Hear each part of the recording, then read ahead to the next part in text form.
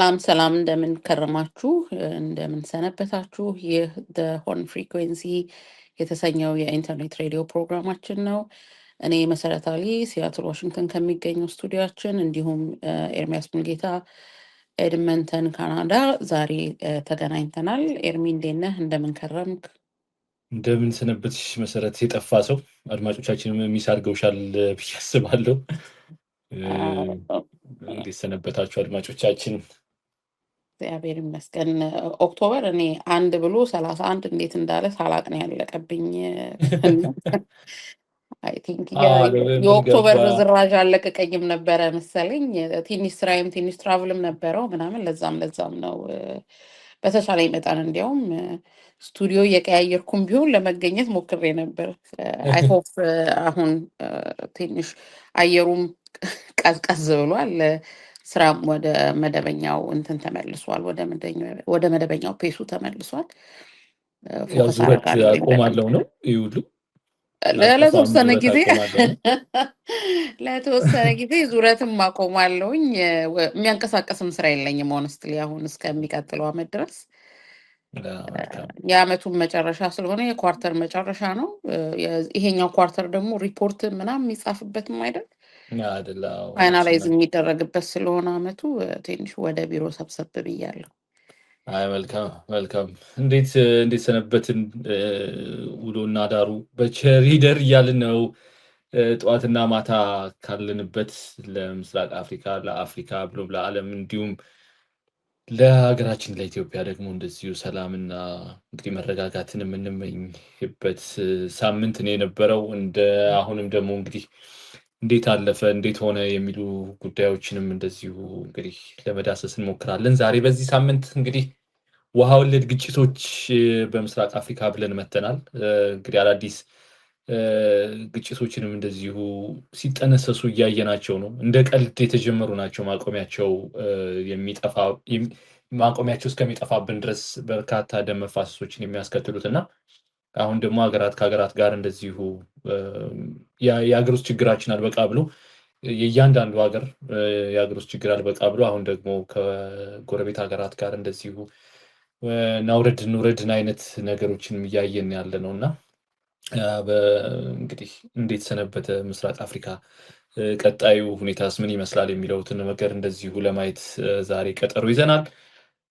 ከዛ አስቀድመን እንግዲህ ሳምንት ውስጥ የተደረጉ ጉዳዮችስ ምን አበይት ነጥቦች ተከናውነዋል፣ በተለይም እንግዲህ በምስራቅ አፍሪካ ምን ነገሮችን ተይዘዋል የሚለውን ነገር እንደዚሁ ለማየት እንሞክራለን። ያው መሰረት እንግዲህ መረጃዎች በባንች በኩል ለአድማጮቻችን አድርሽልን እስኪ።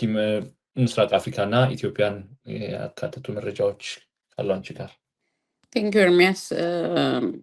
አንድ አይነት ፓተርን ነው ያለው የምስራቅ አፍሪካ ነገር። ይሄ ዴጃvu ነገር ይመስላል። ብቻ እኛ ጋር የምናየው ነገር ቀጥሎ ወይ ሶማሌ እናየዋለን፣ ሲቀጥል ኬንያ እናየዋለን፣ ከዛ ተመልሶ ወይ እኛ ጋር ይመጣል። በጣም በቃ ኦነስትሊ ስፒኪንግ እኔ እንትን ኢንትረስት እያደረገኝ ነው በደንብ ይሄ የፖለቲካል አናሊሲስ ምናምን ነገር እነሱን እየፈለግኩኝ እያነበብኩኝ ምናምን ነው ልረዳው ስላልቻልኩኝ ማለት ነው።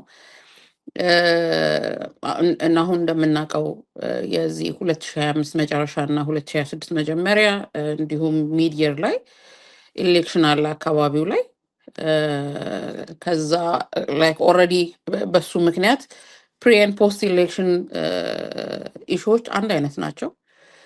ከዛ ደግሞ አሁን ሰሞኑን ቅድም ስታነሳሳው የነበረው የውሃ ወለድ የጂኦፖለቲክስ ኦፍ ወተር እና ኮስት ላይንስ ደግሞ ሌላ ኢሹ ላይክ ኢትዮጵያ ከሶማሌ ኢትዮጵያ ደግሞ ከኤርትራ ጋር የነበራት ነገር ኬንያና ኡጋንዳ መሆን ጀምረዋል።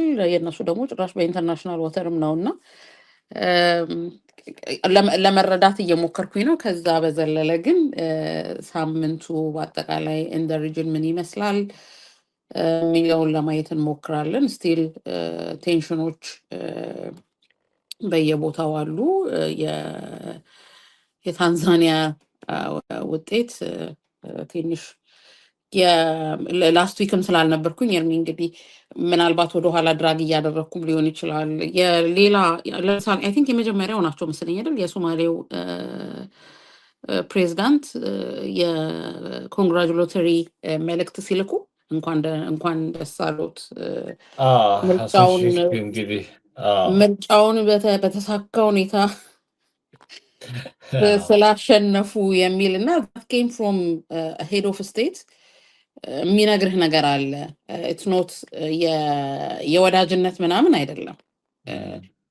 ወዳጃቸው ስለሆኑ እና ምርጫ ስላሸነፉ ሳይሆን እንደ አንድ ሄድ ኦፍ ስቴት እንደዚህ አይነት ሪፕሬዘንቴሽን የሌለው በኃይል የተደረገ በጣም ማለት በብዙ መልኩ ሲለካ ስህተት በነበረ መልኩ የተደረገ ምርጫ አሸንፍ ያለው ያለን አገረ መንግስት መሪ እንኳን ደስ አሎት የሚል መልእክት ሳይ ኦኬ ኔክስት የሚቀጥለው ደግሞ እንደዛ ነው የሚሆነው የሚል እንድምታ ለእኔ እንደሱ አይነት እንድምታ ሰጥቶኝ ነበረ።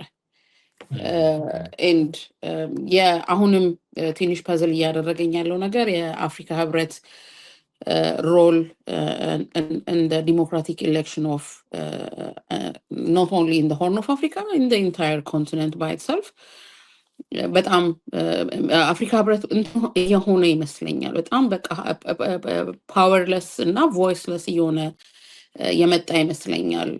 በጣም የፕሪኤሌክሽን ስራዎች ዋትኤቨር ዋዝ ዘ አውትካም አትሊስት ፌር ኤንድ ባላንስ የሆኑ ሪፖርቶች የኤሌክሽን ሪፖርቶች እናነብ ነበር አይደል? ቀደም ባለው ጊዜያቶች የፈለገ ነገር ቢሆን ማለት ነው ኢንክሉዲንግ የ2005 የኢትዮጵያን ኤሌክሽን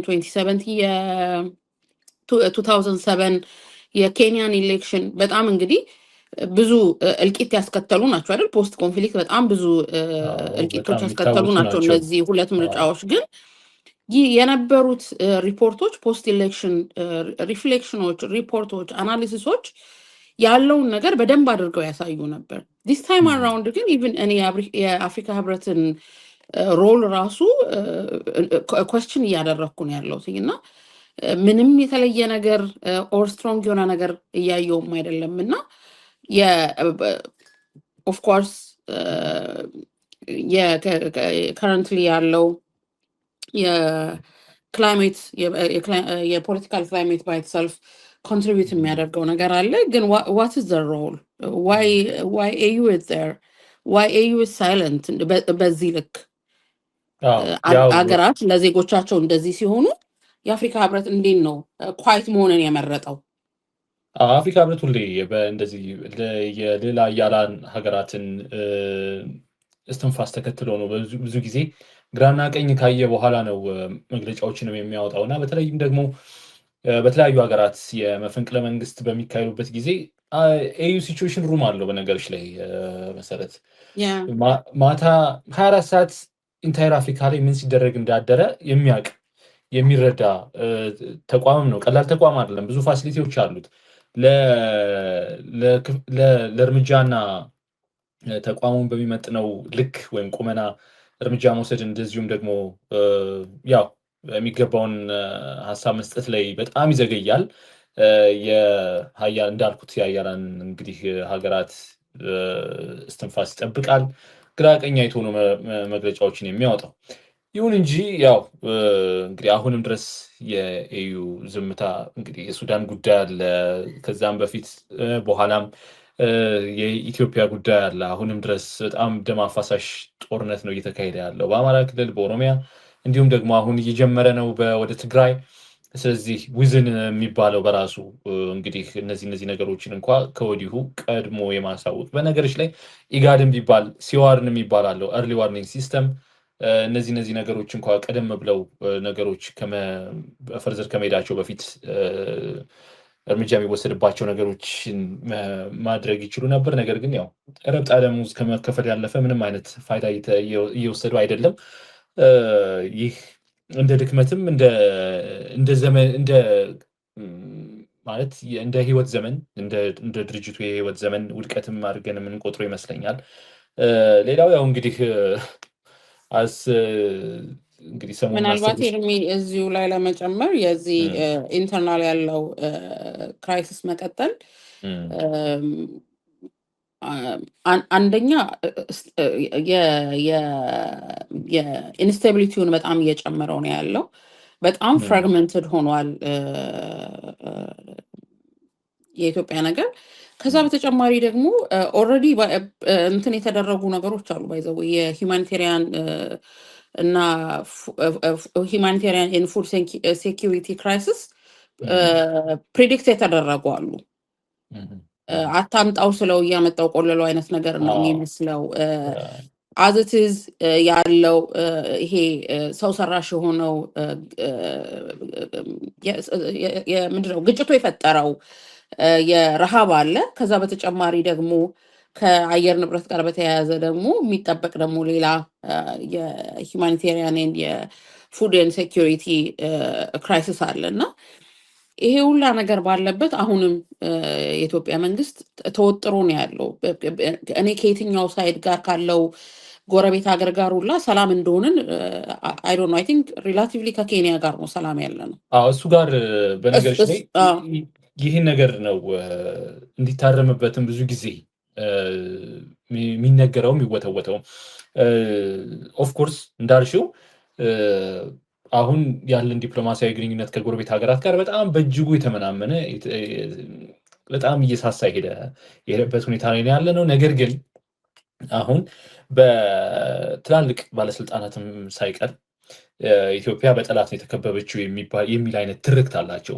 ማለት በጣም በእጅጉ የሚያስፈራ አይነት ትርክት ነው። ይሄ ማለት ናሬሽኑን የዲፕሎማሲ ናሬሽኑን ደግሞ በጣም አፌክት የሚያደርግ አፌክት የሚያደርግ በጠላት የተከበበችው ብሎ ነገር የለም። እንደዚህ አይነት ምን አይነት ዲፕሎማሲ ነው የምትገነቢው? በጠላት የተከበበችው ብለሽ ሄደሽ የምታገኛቸው ሰዎች እኮ መጀመሪያ አስቀድመሽ ጠላት ናቸው ብለሽ ፈርጀሻል። በእጅጉ በጣም የሚያስተዛዝብ ነው።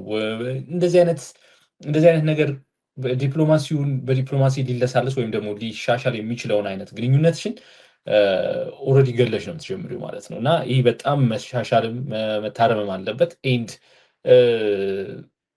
አሉ እኮ በጣም የዲፕሎማሲ ፕሮቶኮል ስልጠናዎችንም ምናምን የሚሰጡ ተቋማት አሉ አሁን በውጭ ጉዳይ ሚኒስቴር ስር እና እነዚህ ምን መባል አለባቸው ምን መባል የለባቸው ማለት ደስ ያለውና ስሜቱ የገፋው በሙሉ እየወጣ ብሔራዊ ቴሌቪዥን ጣቢያ ላይ እንደዚህ አይነት መረጃ የሚሰጥበት ከሆነ መገምገም ከሌለበት በጣም ትልቅ ዳሜጅ ነው የሚፈጥረው። ምክንያቱም እነዚሁ ሀገራት የትኛው ባለስልጣን ምን አለ የሚለውን ነገር አንጻር በአንጻር ነው እያዩ የሚሄዱት። በነገሮች ላይ በጣም ቢትዊን ዘ ላይን ያዩታል። ምን ማለቱ ነው? እንዴት ነው? ይተነትናል። የደህንነት መዋቅራቸው ይተነትነዋል። የውጭ ጉዳይ ሚኒስትራቸው ይተነትነዋል። ሌላ ባለድርሻ አካላት እንትኖቻቸው ቢሮዎቻቸው ይተነትኑታል። እና እያንዳንዱ የምናስተላልፈው መረጃ በተለይም ደግሞ በሀገር ደረጃ ትልቅ ኃላፊነት ተሰጥቷቸው ወደ ህዝብ የሚመጡ ሰዎች ባለስልጣናት በዚህ ላይ ኬርፉል መሆን ይኖርባቸዋል። በጣም በጥንቃቄ ማስተዋል ይኖርባቸዋል ብዬ አስባለሁ። ያው የአሰብን ጉዳይ ሳይተሸዋል የሰሞኑን እንግዲህ የአንዳንድ የአባይ ዘመን በህዳሴው ግድብ ዘመን የነበሩ አድቮኬቶች እንግዲህ እየመጡ ነው። አሁን ብቅ እያሉ ነው። ወደ ግድቡ እንሄዳለን ምናምን እያሉ በአረብኛውም ዘርፍ በምንም እንግዲህ ከግድቡ ወደ ወደቡ የምትለውን የመንግስትን ሞቶ እንግዲህ እያስተጋቡ ነው የሚገኘው እና አዲስ አዙሪት ውስጥ የገባን ይመስለኛል አሁንም። ምክንያቱም እንግዲህ ከወደብ ጋርም በተያያዘ እንግዲህ የግብፅ አሁንም ጠንካራ እጅ እያየን ነው በተለያዩ አካባቢዎች እና አዲስ እንግዲህ አባይ አድቮኬቶችም እንግዲህ ብቅ እያሉ ነው። ነባሮቹም እንደዚሁ ታጥቀው እየተነሱ ነው ያሉት። እኔ በእርግጥ ያው ከዚህ ቀደም እንዳልኩት ጦርነት አይኖረው ጦርነቱን አልደግፍም በጭራሽ። ሊኖር የሚችለው የታሰበውን አይነት የተፈራውን አይነት ግጭት በምንም ተአምር አልደግፍም። ኢትዮጵያ ወደብ እንዲኖራት ወይም አክሰስ የወደብ እድሉ እንዲኖራት እመኛለሁ ያው እንደ ሀገር።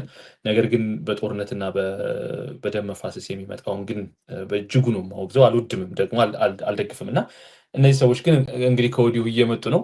ምን አይነት ምልከታ ይሻል በዚህ ላይ መሰረት? በጣም ይሄ የባለሙያ ትንተናን ይፈልጋል። ብዙ እዚህ ላይ መናገር መፈልግ አይመስለኝም። ግን በቅርብ አይ ቲንክ 4 ወር 5 ወር አካባቢ አንድ ወዳጅ የጻፈው አርቲክል ነበር። መሐሙድ ቱኩያ መሐመድ ውሸቱ ይባላል እና ከዚህ ከአሰብ ከሬድሲ ጋር በተያያዘ የኢትዮጵያ እንትኗ ምን ይመስላል የሚል እና አኮርዲንግ ቱ ዶክተር መሐሙድ ምንም አይነት የጁሪስዲክሽን እንትን የላትም አሰብ ላይ። ይህን እንግዲህ ስለዚህ በእርግጥ ሊሆን ይህን በኋላ ላይ የሚገባው ነገር ብናነሳው ያ የተሻለ ነው። አዎ ልክ ነሽ። በጣም ባለሙያ ይፈልጋል የምለው ለዛ ነው። በደንብ አዎ የዚህ የጁሪስዲክሽንም ጉዳይ ስላለው የኢንተርናሽናል ዋተር ትሪቲ ጉዳይ አለው።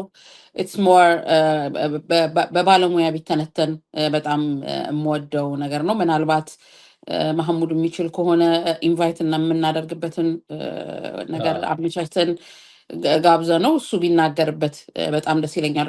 በደንብ አድርጎ ብዙም የምርምርና ጥናት ስራዎችንም ስለሰራ ከዛ ጽሁፍ በፊት እሱ ቢናገርበት በጣም ደስ ይለኛል። እንጋብዘዋለን በእርግጠኝነት ሲመቸው።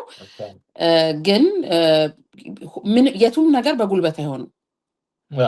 እሱ ነው እንኳን የሰው አገር እንኳን የሰው ድንበር እንኳን የሰው መሬት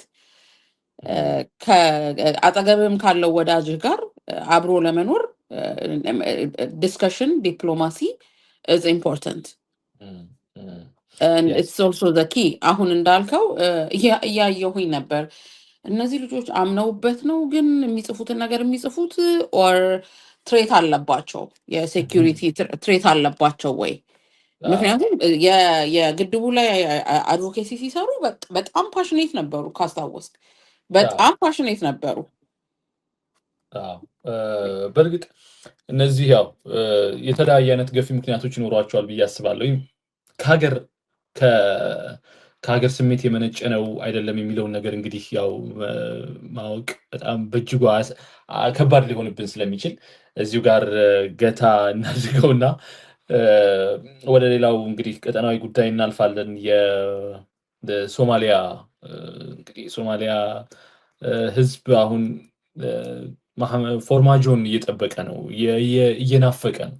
እንግዲህ ከሼክ ሀሰን በፊት የነበረው አመራር ማለት ነው እና በእጅጉ በብዙ ያው ብዙ ስራዎችን ይሰሩ የነበረ እንደዚሁም ደግሞ ከቀጠናው ሀገራት ጋር በተለይም ደግሞ ከኢትዮጵያና ከኤርትራ ጋር በነበራቸው ስምምነት ወይም ደግሞ በነበራቸው የሶስትዮሽ ስምምነት ይታወቃሉ።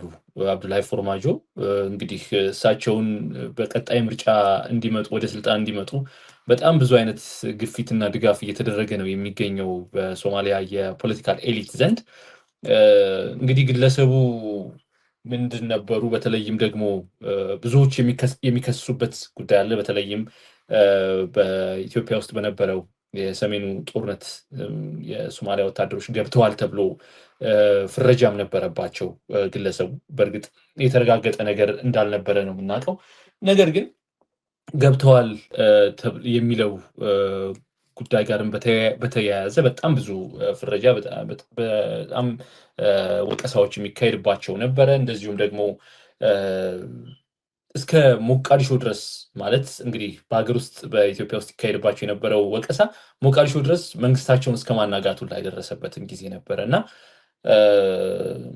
በዛም ምክንያት እንግዲህ ያው በምርጫ ተሸንፈው ለወቅቱ ፕሬዚደንት እንግዲህ አሳልፈው ሰጥተዋል ማለት ነው ሼክ ሀሰን።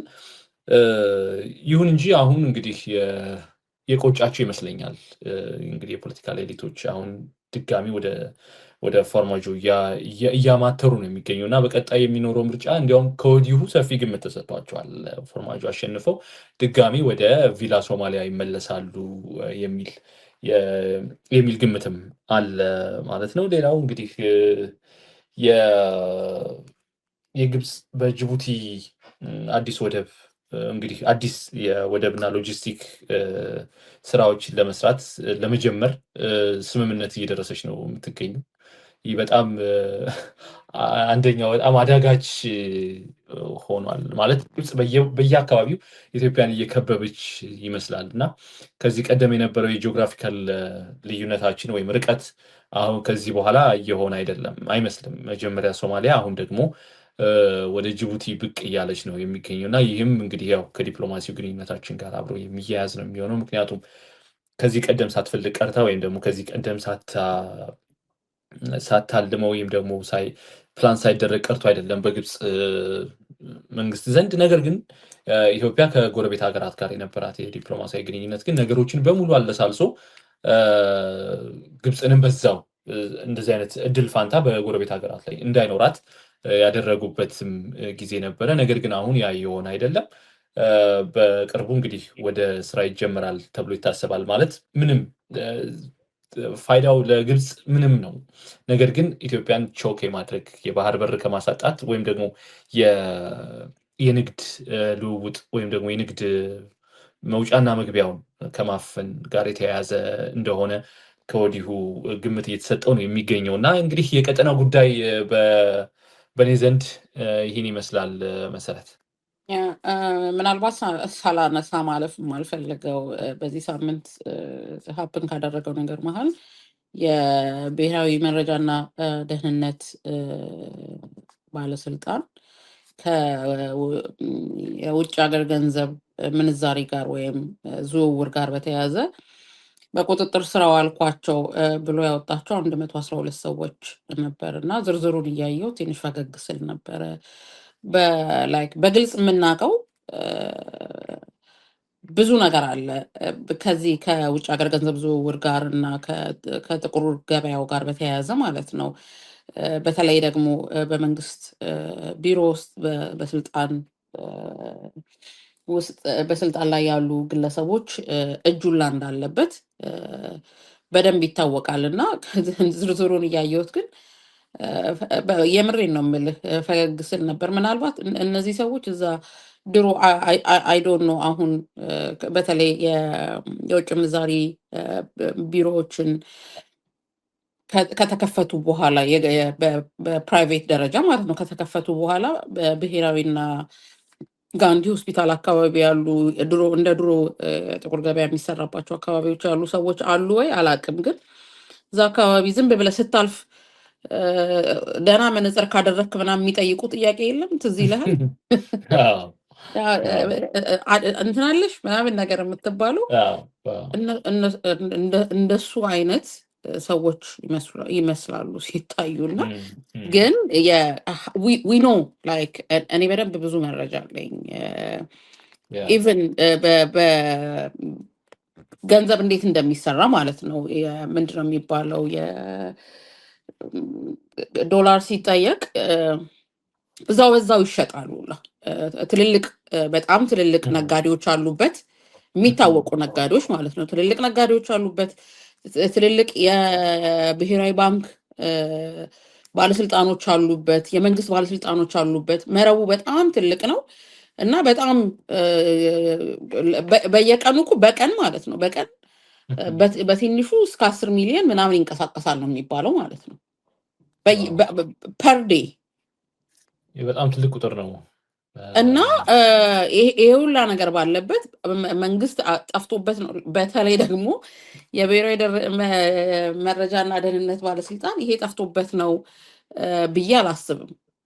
መጀመሩ ጥሩ፣ አገር ይዘረፍ እያልኩኝ አይደለም፣ በጣም ጥሩ ነው። ግን ዋናው ከስሩ ማድረቁ ነው የሚሻለው። የመጨረሻ ላይ ይሄ ዛፉ ላይ መጨረሻ ላይ ያሉትን ቅጠሎች ከመለምለም በፊት ወይ ግንዱን ቆርጦ መጣለው ወይ ከስሩ ነቅሎ መጣለው። በእርግጥ ይህ እርምጃ በመንግስትን የሚያስመሰግነው በጣም ትልቅ እርምጃ ነው የወሰደው። ብዙዎች እንዳልሽው ያው ሀገር ይዘረፍ አይባልም ብቻ ሳይሆን በጣም ነውርም ነው፣ አጥብቀንም የምንታገለው ነገር ነው። በእርግጥ የሀገር ልዕልና ነው በሁሉም ዘርፍ መቅደም ያለበት እና ይህ እርምጃ በጣም ተገቢ ነው ተብሎ ይታሰባል። ነገር ግን ዋናዎቹ ትልልቆቹ አሳዎች አልተያዙም ነው። ብሔራዊ ደህንነት ይህ ነገር ጠፍቶበት ነው ወይ ለሚለው ያው ስለ ደህንነት መዋቅር ብዙ እንግዲህ በብዙ በተለይም ደግሞ ከሪፎርሙ ወዲህ በጣም በብዙ ሳየው በቅርበት ስከታተለው ምናምን ስለቆየው ብዙ ነገሮችን ማለት ይቻላል። ነገር ግን ይህ አሁን እንደዚህ በጣም የሙስናው ደረጃ በጣም በሰፋበት ሁኔታ የደህንነት መዋቅሩ እይታ ውጭ ናቸው ወይ ለሚለው ነገር ከደህንነት እይታ ውጭ ናቸው ብለን ለመደምደምም የሚያስችለን በጣም በርካታ አይነት መከራከሪያ ነጥቦችንም ማንሳት ይቻላል እና ያው ለጊዜው እዚህ ጋር እናቁመው እንደ መረጃ ስለሆነ እያቀረብን ያለ ነው። ዛሬ እንግዲህ ይህን ስቱዲዮ ከመግባታችን በፊት አንድ መረጃ ዞብል ፖስት አጋርተዋል። አይተሽ ከሆነ እንግዲህ ኢትዮጵያ የተባበሩት አረብ ኤሚሬት በኢትዮጵያ የውጭ ሀገራት ታጣቂዎችን ለማሰልጠን የሚሆን የካምፕ ልትመሰርት እንደሆነ እና እሱም ደግሞ ካምፑ ደግሞ ሎኬት የሚያደርገው ወደ ቤኒሻንጉል ክልል እንደሆነ እንግዲህ መረጃውን አጋርተዋል እና ይህ በጣም አስደንጋጭ ነገር ነው። በነገሮች ላይ መሰረት ማለት ይህን ጉዳይ ሱዳንን ያፈረሰ ኃይል ነው መጥቶ ይሰለጥንበታል የተባለው የአርኤስኤፍ ቡድን ወይም ደግሞ የአርኤስኤፍ ታጣቂዎች ናቸው እንግዲህ ወደ ቤኒሻንጉል ክልል ውስጥ መጥተው ሊሰፍሩ ሊሰለጥኑ ይችላሉ ተብሎ የታሰበው እና ይህንን በሚመለከት እንግዲህ እንደ ዘገባው መሰረት የመከላከያ የደህንነት ኃላፊው ጌታቸው ጉዲና ነው በሚስጥር ይመሩታል የተባለው ይህን ኦፕሬሽን ማለት ነው። በዚህ ጉዳይ እንግዲህ በርካታ ችግሮችን በተለይ ደግሞ የሰላም እጦትን ወደ ኢትዮጵያ እየጋበዝን እንደሆነ ከወዲሁ ይሰማኛል። ምክንያቱም ቤኒሻንጉል በራሱ በጣም ራሱን የቻለ ትልቅ የግጭት ማዕከል ነው። ሆኖም ነው ያገለግለው። እስካሁንም ድረስ በይፋ ያልተነሳ አስቸኳይ ጊዜ አዋጅ ነው የሚገኘው። በተለይም ደግሞ የመተከል ዞን ባለፉት 6 ዓመታት ምናልባትም 7 ዓመታት ጠቅላይ ሚኒስትር አብይ አህመድ ወደ ስልጣን ከመጡ ዓመት ወይም ጊዜ ጀምሮ የመተከል ዞን በአስቸኳይ ጊዜ አዋጅ ነው የሚገኘው። በኮማንድ ፖስት ስር ነው እየተዳደረ የሚገኘው። ምናልባትም የክልሉ መንግስት እንዲያውም አስተዳድሮት የሚያውቅም አይመስልም። የመተከል ዞን ማለት እንግዲህ አሁን የህዳሴው ግድብ ያለበትን ጨምሮ መሆኑ ነው እና ይህ በጣም ራሱን የቻለ ሌላ ሄዴክ ነው የምንጨምረው ወደ ሀገራችን እና ከዚህ ቀደም የነበሩትን በእርግጥ በቀጣይ ዝግጅቶቻችን ይዘን የምናነሳሳቸው ሰዎችም ስለሚኖሩ በተለይም ደግሞ የአርኤስኤፍ አውትካም ምን እንደነበረ ኤንድ አሁንም ደግሞ ወደ ኮርዶፋን እየወረደ እንደሆነ ኮርዶፋን አካባቢ ዌስት ኮርዶፋን አካባቢ ያሉ ከተሞችን ታርጌት እንዳደረገ እናውቃለን እና ኢን ዘ ላስት 2 ዊክስ ብቻ በአርኤስኤፍ ታጣቂዎች ምክንያት ኤልፋሽር ላይ ምን ሀፕን እንዳደረገ ሁላችንም የምናውቀው ነገር ነው። ኤንድ ዊ አር ኢንቫይቲንግ ይሄንን ግሩፕ በጣም ፍራጃይል ኤንድ ፍራግመንትድ የሆነ ክልል ላይ ማለት ነው። ኦልሬዲ ቤንሻንጉል ባይ ዘ ዌይ የኦነግ ሸኔም ደግሞ አንደኛው መቀመጫው ስፍራም ነው። በነገራችን ላይ ከወለጋ ጋም ከኦሮሚያም ጋር የሚዋሰን ክልል ስለሆነ ማለት ነው። እንግዲህ ባለፉት ዓመታት ይህን ኮማንድ ፖስት ሲመሩ የነበሩት ጀነራል አስራት ዲኔሮን ጨምሮ በጣም በርካታ ሰዎችን እንደዚሁ እያነሳሳን የምንሰራው ፕሮግራም ይኖረናል ወደፊት። ነገር ግን ያው በድንገት ተነስተው ወደ ሰላም አስከባሪነት የተመደቡ ጀነራልም ናቸው። አስራት ዲኔሮ ምን ሲሰሩ ነበር ባለፉት ዓመታት? ከወርቅ ንግድ ጋር የተያያዘ ጉዳይ ምንድን ነው ብለን የምናነሳሳበትም ነገር እንደሚኖር ከወዲሁ ጠቆም አድርገን ማለፍ ያስፈልገናል። ወደ ዛሬው ርዕሰ ጉዳያችን እንለፍ። መሰረት በተለይም ደግሞ እንግዲህ ከሰዓትም ጋር በተያያዘ መረጃዎችን ለማጋራት ሰዓት እንዳያጥረን ያው እንግዲህ የዚህ ሳምንት የመወያያ ርዕሳችን ወይም ደግሞ አበይት ነጥባችን የሚሆነው የውሃ ወለድ ግጭቶች በምስራቅ አፍሪካ የሚለው ነው። እንግዲህ ከዚህ ቀደም እንግዲህ 16 እንግዲህ ያው ሊስቱ ወይም ደግሞ ጥናቶቹ ወይም በፋክቱም እንደሚያሳየው 16 ወደብ አልባ ሀገራትን ነው እንግዲህ አፍሪካ እንደ ኮንቲነንት እንደ አህጉር የያዘቻቸው። ከነዛ ውስጥ 5ቱ ምስራቅ አፍሪካ ውስጥ ነው የሚገኙት። እንግዲህ ብሩንዲ፣ ኢትዮጵያ፣ ሩዋንዳ፣ ደቡብ ሱዳን እና ኡጋንዳ ናቸው የምስራቅ አፍሪካ ወደብ አልባ ሀገራት። ያው የኢትዮጵያ ትንሽ ጠንከር የሚለው ካላቸው የቆዳ ስፋት ብቻም ሳይሆን ከህዝብ ቁጥር አንጻር እንግዲህ እና ለወደብ ካለው ፕሮክሲሚቲ አንጻር ነው ብዙ መከራከሪያዎችን ማንሳት የሚቻለው። የኢትዮጵያ ገኖ መውጣትም እንደዚሁ የጀመረው ማለት ነው። ነገር ግን አሁን በወቅቱ ከዚህ ከኢትዮጵያ ጋር በተያያዘ እንግዲህ ቀደም ሲል የነበረው ከሶማሌላንድ ጋር የገባ ነው የወደብ ስምምነት ነበረ። ስምምነቱ እንግዲህ በይፋ ሳይታወቅ ወይም ደግሞ የት እንደደረሰም ጠያቂም በሌለበት ነው እንግዲህ እንደፈረሰ፣ በተለይም ደግሞ ወደ ቱርክ አንካራ ላይ በተደረገው ስምምነት በይፋ መፍረሱን እንግዲህ ጉዳዩን በቅርብ የምንከታተል የነበርን ሰዎች መረዳት የቻልነው። ነገር ግን መንግስት አሁንም ፈረሰ ብሎ እንደማያምን ይታወቃል። ከዚሁ ጋር ተያይዞ እንግዲህ ከጠቅላይ ሚኒስትር አብይ አህመድ ጋር በመሆን በሶማሌላንድ በኩል ደግሞ ውሉን የፈረሙት ሙሴ ቢሂ በአንድ ወቅት በነበራቸው ከሚዲያ ጋር በነበራቸው ቆይታ ኢትዮጵያ የዓለም አቀፍ ጫናውን መቋቋም ስላልቻለች ነው ውሉን ያፈረሰችው የሚል ንግግር አድርገዋል። ስለዚህ ውሉ መፍረሱን ከወዲሁ ልናይ ወይም ደግሞ ለመናገር ያስደፍረናል ማለት ነው። ይህ ውል በነገሮች ላይ በጣም ብዙ መካረሮችን በሶማሌላንድንም ጨምሮ እንደዚሁም ደግሞ በዋናነት ደግሞ በሶማሊያ ላይ ፈጥሮ ነበረ።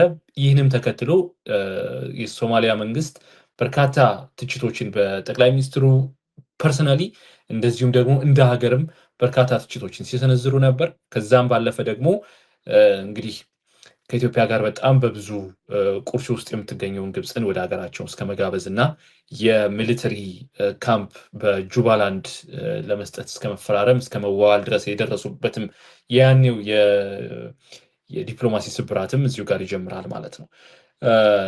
ይህ አንደኛው ግጭት አሁንም ድረስ ሊታረም ያልቻለ ግጭት ነው። ሌላኛው እንግዲህ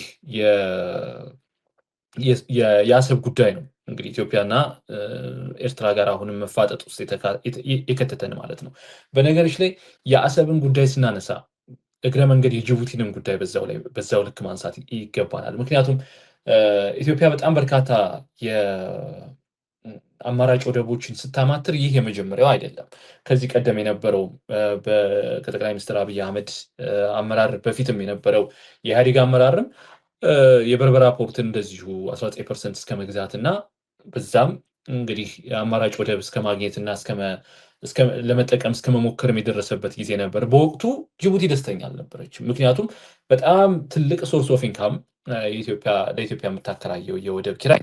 ስለዚህ ይህ በራሱ ጅቡቲን ምቾት የሚሰጣት አልነበረም። ነገር ግን በነበረው የዲፕሎማሲያዊ ግንኙነትና እንዲሁም ደግሞ የጅቡቲን ጉዳይ ለመያዝ ከዲፕሎማሲውም ባለፈ የኢኮኖሚ እንዲሁም ደግሞ ሌሎች የማህበራዊ ትስስሮችን በማጠናከርና በመፍጠር የጅቡቲ ወደብ አከራይነቷ ብቻ ሳይሆን ከኢትዮጵያም ደግሞ የምትፈልገው ነገር እንዳለ በመገመትና በማሰብ በሁለት ሀገራት ላይ የተመሰረተ በመፈቃቀር ላይ የተመሰረተ ግንኙነቱ እንዲቀጥል ሆኗል ማለት ነው። ስለዚህ እየተነሱ የሚያኮርፉበት ጊዜ አልነበረም ማለት ነው ያኔ። ነገር ግን አሁን የአሰብን ጉዳይ ባነሳን ጊዜ የጅቡቲ ጉዳይም እንደዚሁ አብሮ መነሳት ይኖርበታል። ምክንያቱም ወደ ጅቡቲ ወደ አሰብ በሚካሄድበት ጊዜ በአንድም በሌላ መልኩ የአሰብን ወደብ ባገኘን ሰዓት የጅቡቲ ላይ የሚኖረን ዲፔንደንስ ወይም ደግሞ ድጋፍ ወይም እነሱ ላይ የመመርኮዝ ነገሩ በጣም በእጅጉ ሊቀንስ ስለሚችል ጅቡቲ ራሷን የቻለች ሌላ ችግር ሆና በኢትዮጵያ ላይ ልትከሰት ትችላለች ማለት ነው። ይህ በራሱ ኃላፊነትን አስቀድሞ በመወጣት እነዚህ ነገሮችን ማስቀረት የሚቻልበትም አካሄድ መኖር ነበረበት። ነገር ግን ያ መሆን ባለመቻሉ አሁንም ግብፅን ወደ ሀገሯ ስትጋብዝ እያየናት ነው። ስለዚህ ኢትዮጵያ አሰብን እንወስዳለን ብለን ባሰብንበት ሰዓት፣ አሰብን እናገኛለን ባልንበት ሰዓት ጅቡቲንም እያጣን ነው አሴም ታይም። ምክንያቱም የተጆራ ወደብንና የዶራሌ ወደብን ነው ለኢትዮጵያ በዋናነት እንግዲህ በአበርክቶ በኪራይም ቢሆን እንጠቀምበት እስከዛሬም እየተጠቀምንበት ያለው ነገር። ምክንያቱም ከዚህ ቀደም የነበረው በመተማ የፖርት ሱዳንን እንጠቀም ነበረ በመተማ በኩል። ያ በጸጥታ ችግር ምክንያት አሁን በፉሊ ፋንክሽናል አይደለም። የላሙ ወደብም እንደዚሁ የሚያወላድ አይደለም። ስለዚህ በዋናነት ዲፔንድ ያደረግነው በጅቡቲ በተለይም ደግሞ በዶራሌ ወደብ ላይ ነው። ስለዚህ ይህ በሆነበት ሰዓት ጅቡቲ ደህንነት አይሰማትም። ስለዚህ ያ በማይሰማበት ጊዜ ደግሞ ሌላ ራሱን የቻለ ጠላት እናፈራለን ማለት ነው ባለንበት ደረጃ ማለት ነው። ከዚህ ቀደም ግን ለእኔ በነገራችን ላይ የአሰብ ጉዳይ ኖት የመርከብና የወደብ ጉዳይ አይደለም። የአሰብ ጉዳይ በጣም የሪጅኑን ጂኦፖለቲክስ በጣም ምንድነው የሚዘውር ነው። ምክንያቱም አሰብ ማለት ሬድሲ ነው። ስለዚህ የሬድሲ ጉዳይ ላይ ደግሞ ሬድሲ ላይ ደግሞ በጣም ብዙ አገራት በአንድም በሌላም እጃቸው አለበት።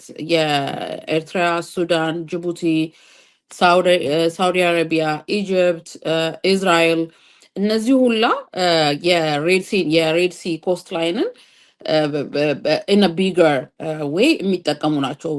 ከዛ በተጨማሪ ደግሞ አሁን ሬድሲ ላይ ማን ያለው ዋት ዱ ዊ ሃቭ ኦን ሬድሲ ሲባል የቻይኒስ ሚሊተሪ ቤዝ አለ፣ የአሜሪካ ሚሊተሪ ቤዝ አለ፣ የተርኪሽ ኢንፍሉዌንስ አለ፣ የዩኤኢ ፖርት ጉዳይ አለ፣ የሳውዲ ናቫል ኤክስፓንሽን ጉዳይ አለ፣ የኢጂፕሽያን ስትራቴጂክ ፕሬዘንስ አለ። ደግሞ ይሄንን ያው ምንድነው የኤርትራው ፕሬዚዳንት ኢሳያስ አፈወርቂ በጣም በተከታታይ ምንድነው የውሃ መንገድ ሆኖላቸዋል፣ የአስመራ ካይሮ መንገድ እና የኢጅፕት ስትራቴጂክ ኤክስፓንሽን አለ። የየመን ኮንፍሊክት ደግሞ ስፒል ኦቨርም ደግሞ የሬድሲ ጉዳይ ላይ አለ። ሶ የአሰብ ጉዳይ ኢትስ ኖት ኦንሊ የፖርት ጉዳይ፣ ኢትስ ኦል አባውት የኢነርጂ ፓይፕላይን ጉዳይ ነው። ኢትስ ኦል አባውት ናቫል ፓወር ነው። ኤንድ ደግሞ የሪጅኑ ደግሞ ኢንፍሉዌንስ ኦቨር ላይክ ግሎባል ኢኮኖሚ ትሬድ ላይ ቀላል አይደለም የሚሆነው። ኢትስ ኦል አባውት ኮንትሮል ኦፍ ማሪታይም ዋተር ሪሶርስ። ሶ የፕሬሩ ቀላል አይደለም። እጃቸው ያለበት አገራት በአጠቃላይ በጣም ብዙ ናቸው እና እንዲያውም ማስታወስ አቃተኝ ምን ላይ እንዳነበብኩኝ ሳይት ማድረግ አልቻልኩም።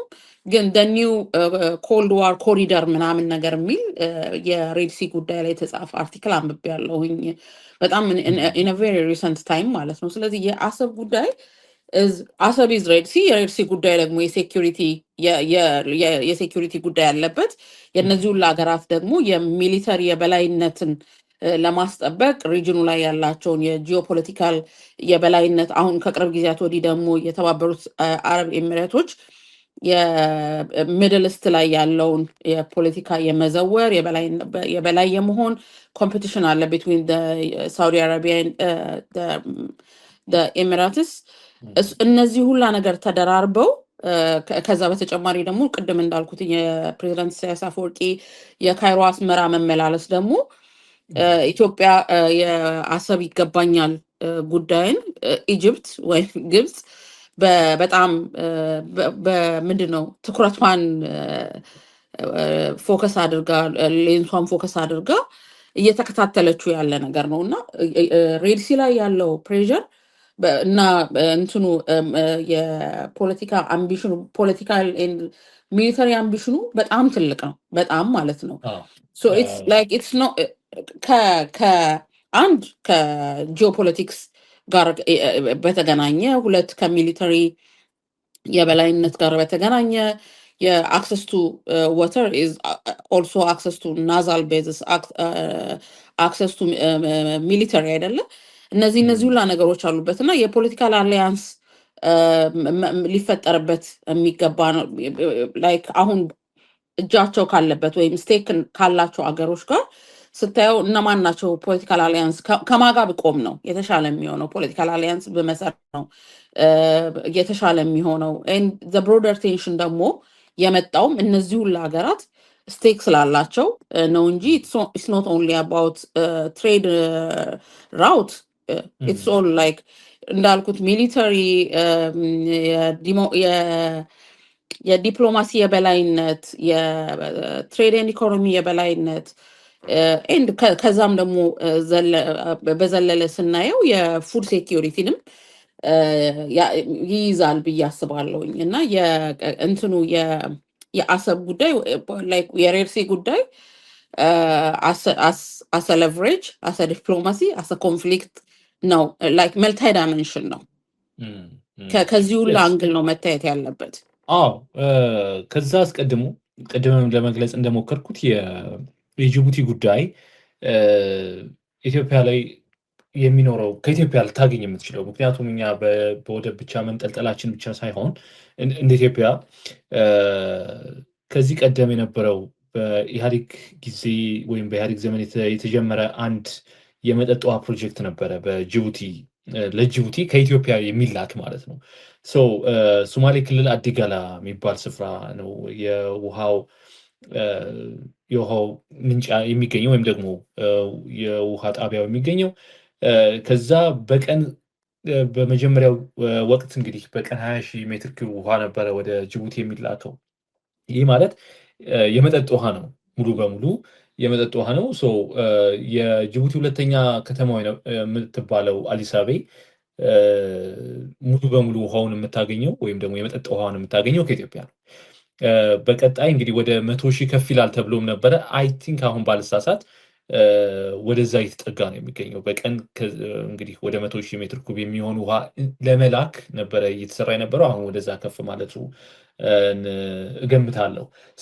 እንደዚህ ሲኮን ይህ ማለት ጅቡቲን ከኃይል ወይም ደግሞ ከኤሌክትሪክ ኃይል ደንበኛነት ባለፈ እንደዚሁ በውሃም ደግሞ መያዝ ያስፈልጋል። ስለዚህ እንደዚህ በሚኮንበት ጊዜ ከኢትዮጵያ ጋር የዲፕሎማሲ ድርቅ ያለ የዲፕሎማሲ ጉዳይ ሳይሆን የቢዝነስ የኢኮኖሚ ዲፕሎማሲ አለ።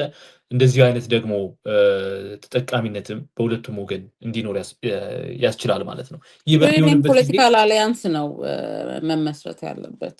የስ እነዚህ ነገሮች በብዙ መጠንከር ይኖርባቸዋል። ፖለቲካሊ ግንኙነት የምትፈጥሪበት ሀገር አብሬጅ ሬንፎርስ የምታደርጊያቸው እና የምታጎለብችበት ደግሞ በጣም ብዙ አይነት ዘርፈ ብዙ ስራዎች እንደዚሁ አብሮ መሰራት ስላለባቸው ማለት ነው። እንግዲህ ሌላው እነዚህ ውሃ ወለድ በሽቶች ናቸው፣ ውሃ ወለድ ግጭቶች ናቸው። እንግዲህ ከኢትዮጵያ አንጻር እያየናቸው ስለሆነ ማለት ነው። ምክንያቱም ከሰሞኑ ደግሞ አዲስ አስቂኝ ነገር እየመጣ ስለሆነ ከዚሁ ከውሃ ጋር በተገናኘ ደግሞ ሰፋ አድርገውት ኬንያና ኡጋንዳ የኢንዲያን ኦሽንን በጣም ኳይት የሚባለውን ኦሽን ማለት ነው እና ኢትስ ኖ ሎንገር ኳይት ኤኒሞር። እንግዲህ እነዚህ ሁለት ሀገራት በነገራችን ላይ ባላቸውም የፖለቲካና ኢኮኖሚክ ሪሌሽንሽፕ ከሪጅኑ ላይ ደህና የሚባል ስቴብል የሚባል የተረጋጋ የሚባል አይነት ፓርትነርሺፕ ወይም ግንኙነት ያላቸው ሀገራት ነበሩ እና የሰሞኑን ዲስአግሪመንት ደግሞ ከወደብ አክሰስ ጋር በተገናኘ የማሪታይም ሺፒንግ ራውትስ ወይም መስመሮች ጋር በተገናኘ ከአሳ ወይም ከፊሸሪስ ጋር በተገናኘ እንዲሁም የኦፍሾር ሪሶርሶች ጋር በተገናኘ እንግዲህ በሁለቱም በኩል ጠንከር ያሉ መግለጫዎች ሲወጡ ነበረ። እንደገና ኡጋንዳ ደግሞ ወደ ታንዛኒያ የታንዛኒያን ፖርቶች የመጠቀም ከታንዛኒያ ፖርቶች ጋር ምንድን ነው ግንኙነቶችን አዳዲስ ግንኙነቶችን የመመስረት ላይክ በጣም ፋስት ፔስድ የሆነ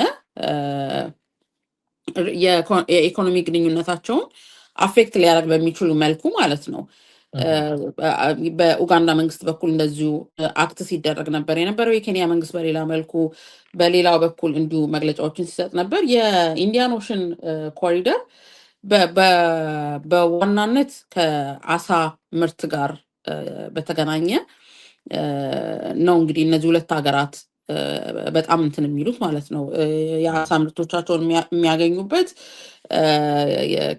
እና ብዙ ደግሞ ከአሳ ሽያጭ ጋር ወይም ደግሞ የኢኮኖሚክ ኮንትሪቢሽኑ ደግሞ ቀላል አይደለም እዛ ላይ። ከዛ ደግሞ ያው የኮስታል ቦርደርስ አላቸው። እሱን እንደገና ሌላ ውሃ ወለድ ግጭት እየሆነ ነው ያለው እና በተለምዶ የብሉ ኢኮኖሚ ሪሶርስ በመባል ይታወቃል። የዚህ የኢንዲያን ኦሽንስ ግንኙነቶች ወይም የኢኮኖሚ ግንኙነቶች። ስለዚህ እንግዲህ እነዚህ ሁለት ሀገራት ደግሞ ሌላ እሰጥ አገባ ውስጥ ገብተዋል። እንዲሁ ከውሃ ጋር በተገናኘ በዋናነት እንዳልኩትኝ በፊሸሪ እና በማሪታይም ኮምፒቲሽን ውስጥ የገቡ ይመስላሉ ከሁለቱም ሳይድ ከሚወረወሩት ዜናዎች እና መግለጫዎች በመነሳት ማለት ነው። ያው እንግዲህ ማለት ወደዚህ ቀጠና የገቡት አዳዲስ ኃይላት ወይም ደግሞ አዲስ በዋናነት የተባበሩት አረብ ኤሚሬቶች እና እንደዚህ አይነት ችግሮችን ለመፈጠር ምንም እንትን የሚል አይደለም። ላለመፈጠራቸው ምንም አይነት ማስተማመኛ የለንም። ቢካዝ እያየነው ነው። በጣም ምን አይነት ስትራቴጂ የተከተሉ እንደሆነ ባይገባኝም የገቡበትን ሀገራት በሙሉ ወደ ብጥብጥና ወደ አለመረጋጋት እየቀየሩ ብዙ አይነት ነገሮች ላይ ሲሳተፉ እያየናቸው ነው። እንግዲህ የምስራቅ አፍሪካ ረግቶ የማይረጋ ቀጠና ነው። እንግዲህ የእድሜ ጠገቡ ዮዌሪ ሙሴቪኒ እንግዲህ ወደ ኬንያ እያማተሩ ነው የሚገኘው እና በተለይም ደግሞ እኔ በግል እንደምረዳው ሙሴቪኒ በቅርቡ እንግዲህ ለምርጫ ይወዳደራሉ። ይህ የምርጫን ቴንሽን በተለይም ደግሞ የታንዛኒያን የፖስት ምርጫ ያለውን የህዝባዊ አመፅ ስፒልኦቨር እንዳያደርግ ከወዲሁ አቴንሽን መሳቢያ ዳይቨርት ማድረጊያም ነው የሚልም ሀሳብ አለኝ። በእርግጥ ምርጫ ሲመጣ የማይባል ነገር የለም። በነገሮች ላይ የአሰብ ጉዳይንም ከምርጫው በኋላ ብናየው አሪፍ ይመስለኛል። ከኢትዮጵያ ምርጫ በኋላም ብናየው እንደዚህ ራሱን የቻለ ሌላ መልክ ሊኖረው እንደሚችል ከወዲሁ መገመት አያዳግትም። ቢካዝ ምርጫ ሲመጣ የአፍሪካን መሪዎች ማይገቡት አይነት ፕሮሚስ የለም ለህዝባቸው እና ስቲል የኛ ሀገር ምርጫ ማከማጋ እንደሚወዳደር ስላልገባኝ እሱ ሌላ ነጥብ ነው። ልክ ነሽ። የኡጋንዳም ጉዳይ ከምርጫው ጋር የተያያዘ ሊሆን ይችላል የሚል ግምት አለኝ። ቦቢ ዋይን አሁንም በጠነከረ አካሄድ ነው እየሄደ የሚገኘው። በተለይም ደግሞ በጣም ሊመርጡ አይችሉም የሚባሉ ህፃናት ላይ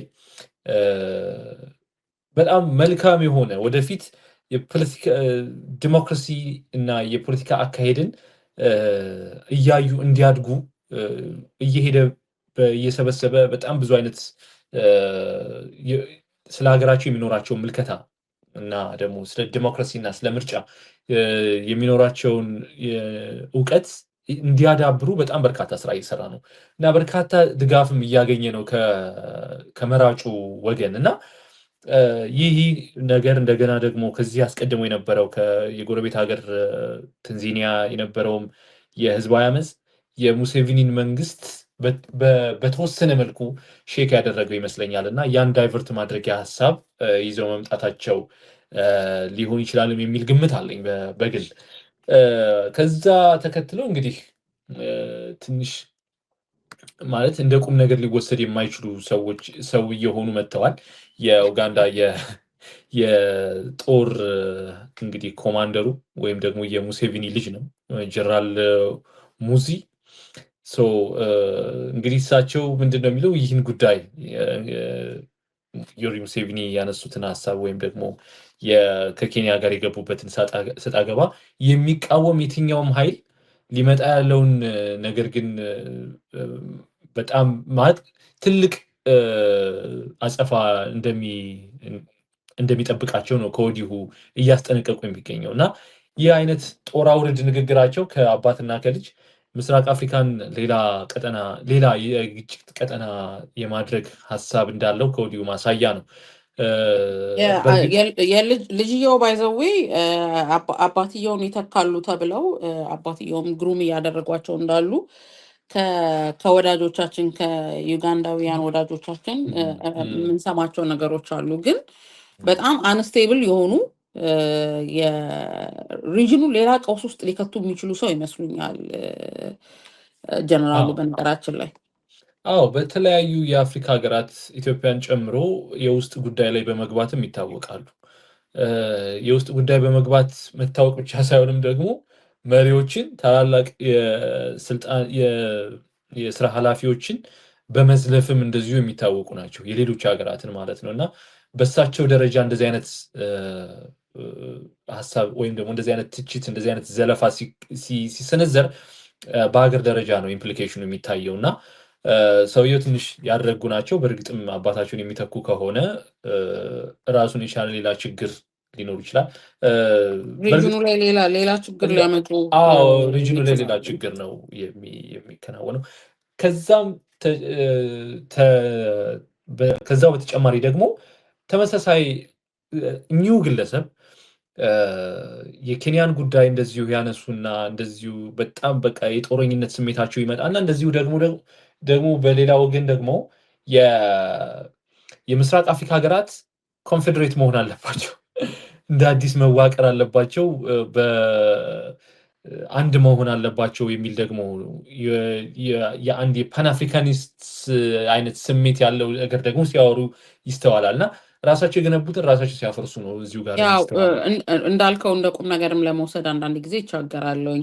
ምናልባት ኤርሚ ከዚሁ ከውሃ ፖለቲካ ጋር ሳንወጣ ሬድሲንና ኢንዲያኖችንና አንስተን የናይልን ጉዳይ ሳናነሳ ስለማናልፍ አሁንም የግብፅ ጣልቃ ገብነት በሶማሌ በኩል በዚህኛው በኩል ደግሞ በኤርትራ በኩል ከዚሁ ከአባይ ውሃ ጋር በተገናኘ ነው።